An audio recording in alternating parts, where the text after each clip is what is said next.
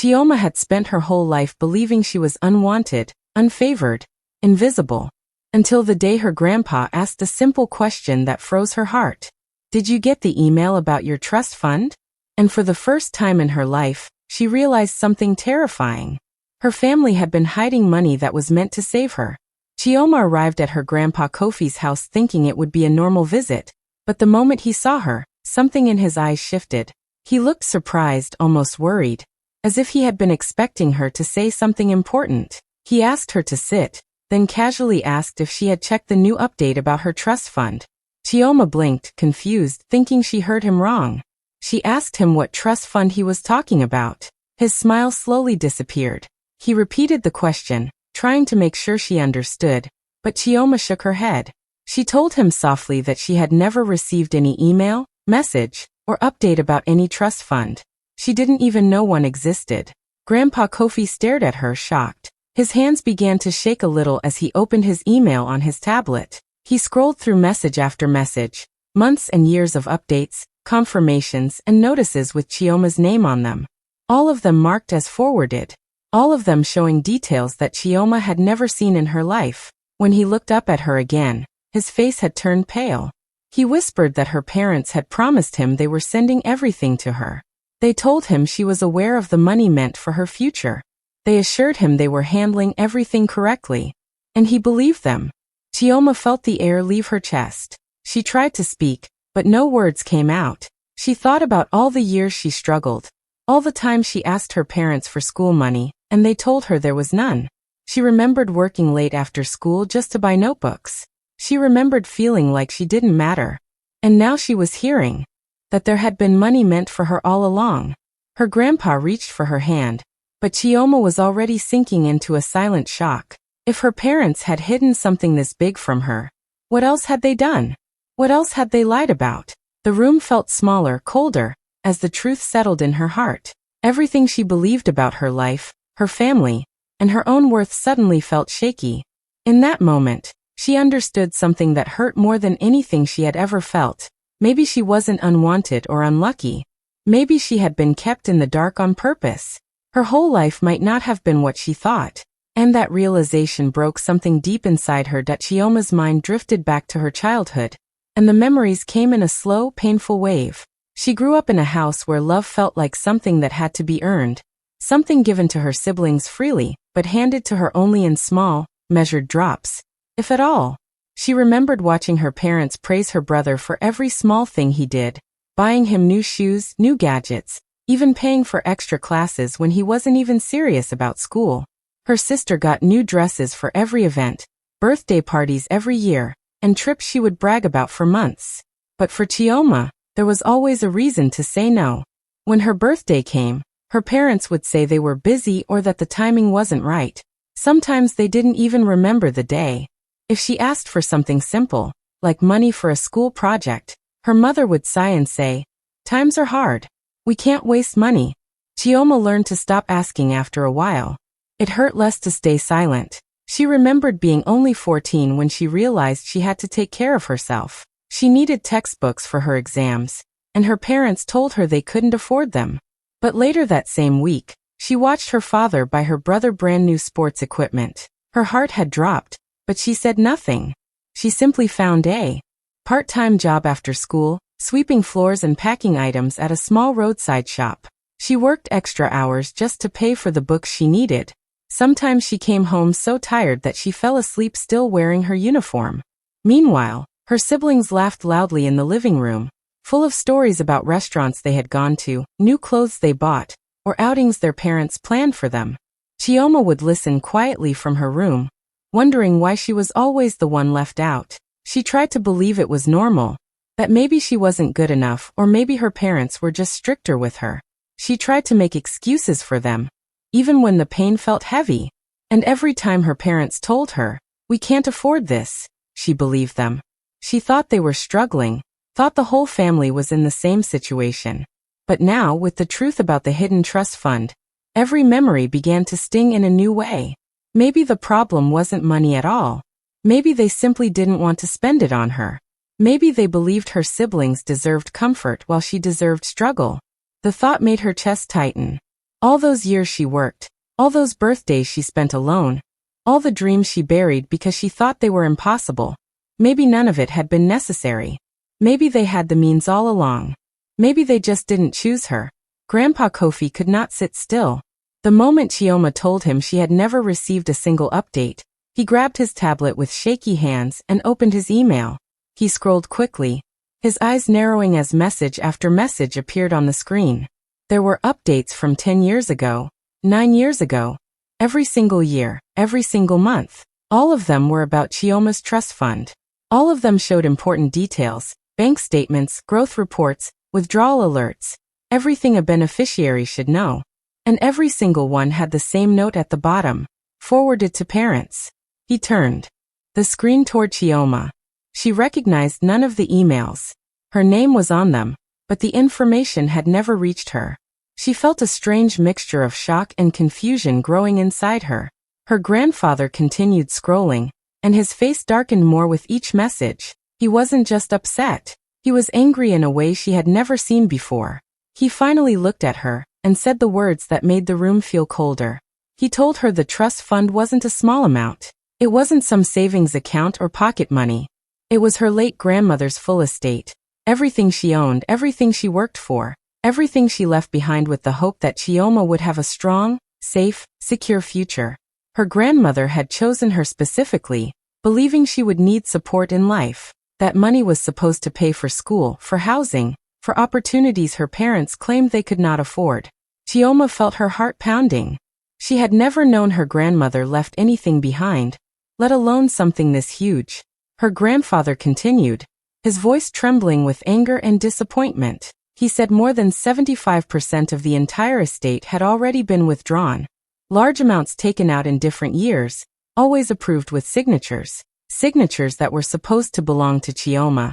But she had never signed anything in her life. She stared at the screen, and her hands began to shake. She could almost feel her childhood slipping through her fingers again. Every no, every struggle, every unfair moment suddenly making terrible sense. Her parents had money. They had access. They had taken what was meant for her. And they had done it quietly for years. Grandpa Kofi sat back, breathing heavily. He kept whispering to himself, trying to understand how this could happen under his watch. He trusted her parents. He believed they were doing right by her. He wanted to protect his granddaughter. Yet the people closest to her had been the ones using what was meant for her future. Chioma felt a deep ache rise in her chest. Not because of the money, but because of the betrayal. Because the people she depended on had been stealing what was meant to protect her. Her whole world had tilted, and nothing felt the same anymore. Chioma walked back home that evening with heavy steps, trying her best to keep her face calm. She didn't want anyone to notice that something inside her had broken. When she entered the house, her parents were in the living room, talking and laughing with her siblings like nothing was wrong. She greeted them softly, forcing a small smile. They didn't notice anything different. They never did. She went straight to her room, closed the door gently, and sat on her bed, trying to breathe. Her mind was full of her grandpa's words, the emails, the withdrawals, the lies. She told herself she needed to act normal, at least until she understood everything fully. So she stayed quiet, ate dinner silently, and went back to her room. But later that night, when she got up to drink water, she heard voices coming from her parents' bedroom. Their door was slightly open, and she could hear them whispering. Something made her stop. She felt a strange pull in her chest, urging her to listen. She didn't plan to snoop, but the moment she caught her name she froze. Her mother's voice came first, low and frustrated. She said the trust fund was almost empty, and they needed to figure out what to do next. Her father replied that they had already taken too much money over the years. He mentioned her brother's failed businesses, the ones they kept trying to push with more investments. He said her sister's weddings alone had swallowed a huge amount, especially the second one. Chioma's heart thudded painfully. So it was true. They had spent everything that belonged to her. Without shame, without guilt. She leaned closer, her hands shaking. Then her mother said something that cut deeper than anything she had ever heard. She doesn't need money, she whispered. She needs to learn her place. There was no confusion in her tone, no regret. It was cold, firm, deliberate. as if Chioma was not a daughter in the family, but an obligation they needed to control. Those words stabbed her so sharply she almost gasped. She covered her mouth before any sound escaped. She slowly lowered herself to the floor, sitting silently in the hallway, right outside their door. The house felt too dark, too familiar, too painful. She wrapped her arms around herself, trying not to crumble. For years, she believed she was the problem. She always tried harder, worked more, stayed quiet, never complained. But now she understood the truth. Her parents never intended to treat her fairly. They never wanted her to grow or succeed. They took everything meant for her future and used it like it belonged to them.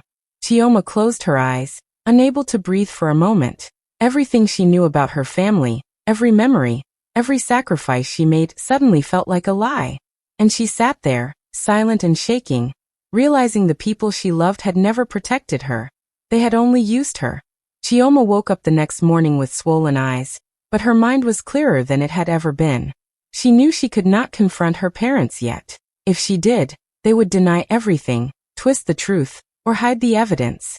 So she decided to stay silent. She acted as if nothing had happened, greeting them softly, helping around the house, and pretending she was her usual quiet self. But inside, she had already changed. She was no longer the girl who accepted everything without question. She was watching. She was thinking. She was preparing. She started her search slowly, carefully.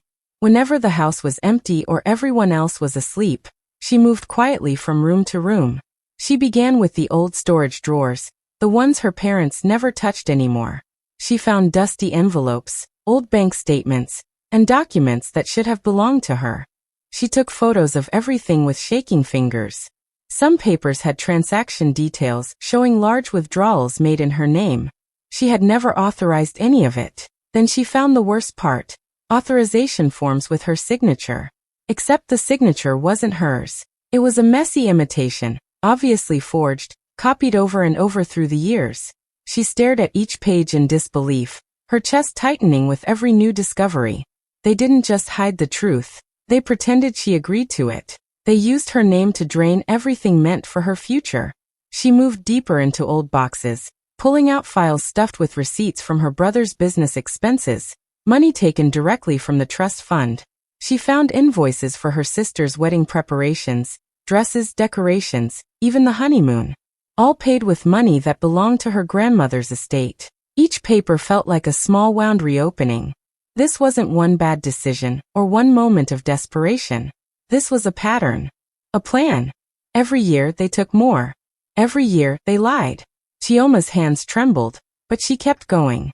She had to know the full truth. She had to see exactly how far they went. With each document she collected, the reality became clearer. Her parents had never protected her future. They had slowly stolen it. But instead of breaking down, something stronger began to grow inside her.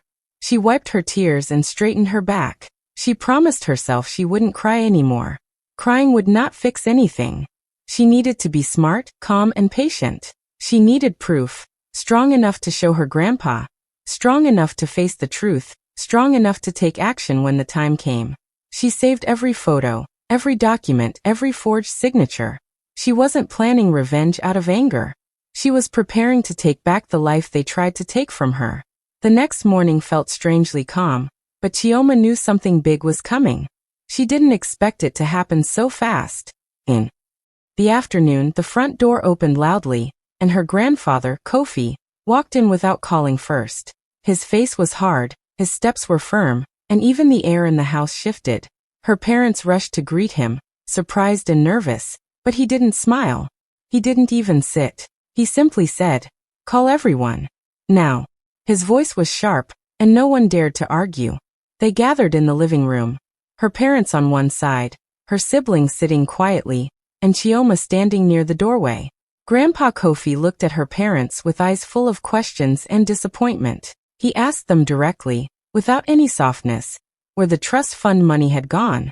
Her parents exchanged quick glances, then forced small smiles. Her father began talking about family emergencies and necessary expenses. Her mother added that they only used the money to help the family survive. But Grandpa's expression didn't change. He knew they were lying. Before they could continue, Chioma stepped forward. Her hands were steady now. She placed the first document on the table, an old bank statement. Then another, an authorization form with a forged signature. Then another, records of transactions used for her brother's business, her sister's wedding, her parents' personal expenses. Each paper hit the table with quiet finality, but it felt loud in the room. She kept going, page after page, until the table was full. Her parents froze. Their faces drained of color as they realized the truth was no longer hidden. Her mother tried to speak, but no words came out. Her father stared at the floor, breathing heavily. Her siblings shifted uncomfortably, unable to meet Chioma's eyes. They all knew what the documents meant. They knew there was no way to explain it away. The room felt tight, silent, heavy. Grandpa Kofi picked up one of the forged forms with shaky hands. His eyes moved slowly over the signature. Then he lifted his head and looked at Chioma's parents with pure disappointment. For a long moment, no one said anything.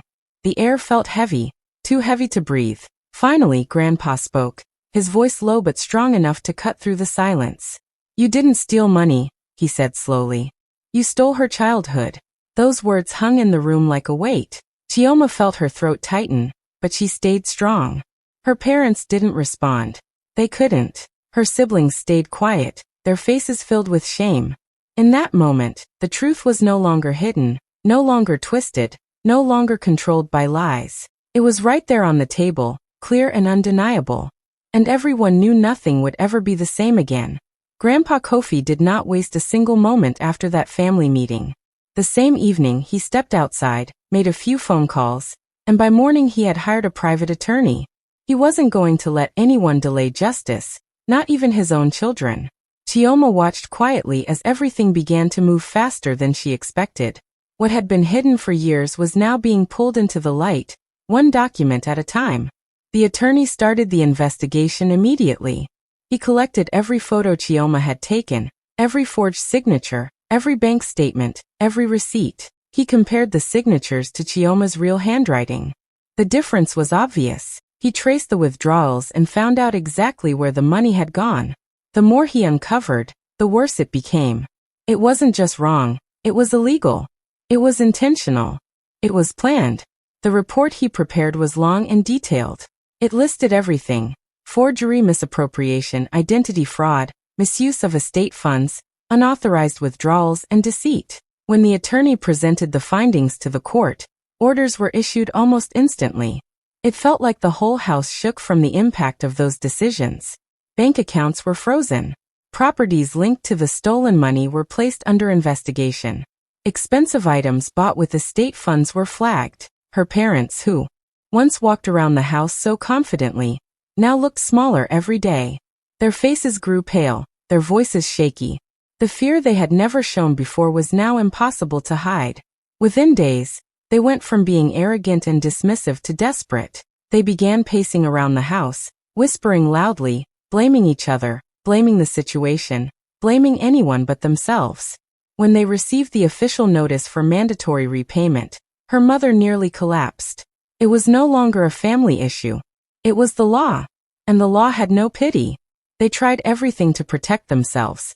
Excuses, half-true stories, emotional speeches. When none of those worked, they finally turned to Chioma. Her father begged her to drop the case. Her mother cried loudly, holding her hands dramatically. They said things like, "We are still your parents," and "You will destroy your own family."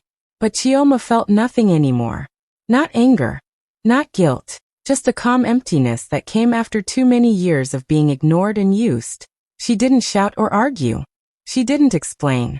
She simply looked at them, then turned around and walked away. She had spent her whole life carrying their burdens. Now they would carry their own. The law was finally doing what no one else had done for her, protecting her future. And Chioma was finally walking toward a life where she didn't have to suffer so others could live comfortably. Chioma finally received the small part of the estate that was rightfully hers. It wasn't everything she was supposed to get, but it was enough to breathe again. Enough to start a new chapter without depending on anyone. She used the money wisely and bought a simple, cozy apartment. Not fancy, not luxurious, just a place where the walls felt safe and the air felt calm. For the first time, She walked into a home where every decision was hers. She picked out her own furniture, her own colors, her own curtains. She arranged everything slowly, enjoying the freedom of choosing what she liked without being laughed at or corrected. Every night, she sat in her small living room, listening to the peaceful silence. No shouting, no insults, no one telling her she was ungrateful or useless. Just peace. A kind of peace she had never tasted before. She cooked what she wanted, slept when she wanted, and woke up with a smile because the day belonged to her now. One afternoon, she passed by a community center and saw a flyer for a program she had dreamed of joining for years.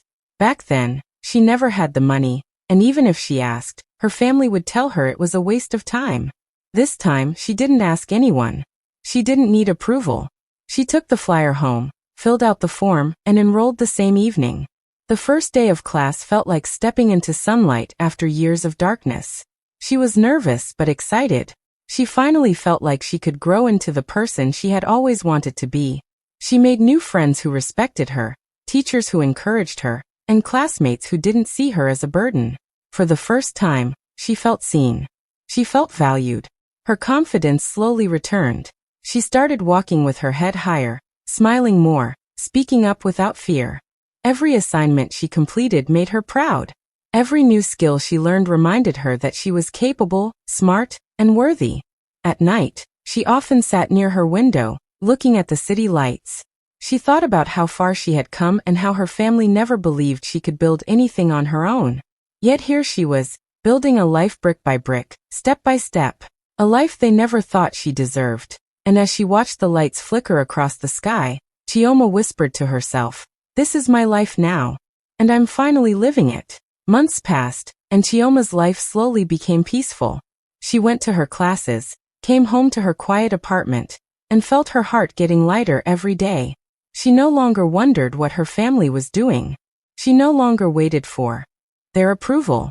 She was building a life without them, and that life felt warm and steady. One evening, as she returned from class, she saw a group of familiar faces standing near the entrance of her building. Her heart paused for a moment. It was her parents and her siblings. They looked tired, stressed, and nothing like the proud, loud family she once lived with. For a few seconds, Chioma thought maybe, just maybe, they had come to apologize. But the moment they opened their mouths, she understood everything.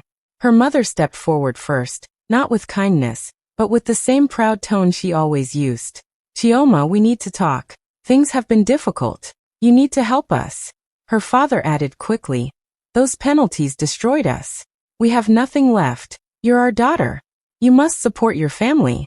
Her siblings stood behind them, pretending to look sad, but Chioma could see the impatience in their eyes. They weren't here because they missed her. They weren't here because they cared. They were here because they needed money. She felt no anger, just a deep, calm understanding. These were the same people who had pushed her aside when they were comfortable. The same people who told her she was nothing. The same people who never believed she could succeed. Now that their world had collapsed, suddenly she mattered. Slowly, Chioma stepped outside the gate. She looked at each of them, not with hatred, but with a strength she never had before. Her voice was soft, steady, and clear. "You didn't want me when you had everything," she said. "Don't come to me now that you have nothing."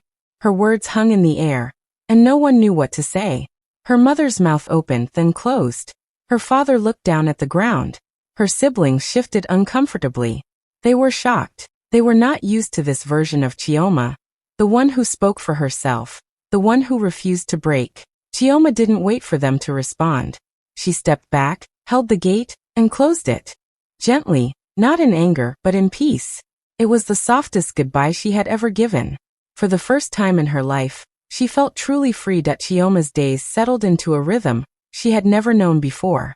She woke up early, breathing in the cool morning air as she walked through quiet streets, feeling the world move gently around her. She cooked her own meals, arranged her small apartment just the way she liked, and let the peace of her space fill her heart. Evenings were spent reading books she had always dreamed of, studying things she never had time or money for before, and letting her imagination wander to places she wanted to go. There was no hurry, no pressure, no one telling her she was not enough. She didn't live to prove anything anymore. She didn't need revenge, she didn't need to show superiority, and she didn't need to make anyone jealous. Every choice she made was for herself. Every quiet victory was hers alone. From her balcony, she watched the sun dip behind the city skyline and felt a warmth in her chest that she had never felt in her childhood home. She whispered a soft thanks to Grandpa Kofi, the one who had fought for her when no one else had believed in her, the one who had refused to let her future be stolen. She thought about her family, the parents who had ignored her, the siblings who had looked past her, and she smiled not with bitterness, but with clarity. They waited for her to regret leaving, to long for what she had given up, to feel guilty for walking away. But she didn't. There was no regret in her heart. Walking away had not been losing them. It had been finding herself. She thought about the trust fund, the money that had been meant for her all along. It didn't feel as important anymore. What mattered was the life she had built with her own hands, with her own choices. She felt rich in a way she never expected. Rich in freedom, rich in safety, rich in quiet happiness. Chioma leaned against the balcony railing, letting the wind brush her hair and the city lights twinkle beneath her. She finally understood what it meant to own her life. No one could take this peace from her. No one could question her worth. And no one could undo the life she had created. She breathed deeply, smiled softly, and for the first time in her life, she felt truly, completely free. She was rich, not because of money, but because she had herself. And that feeling was more powerful than anything she had ever dreamed.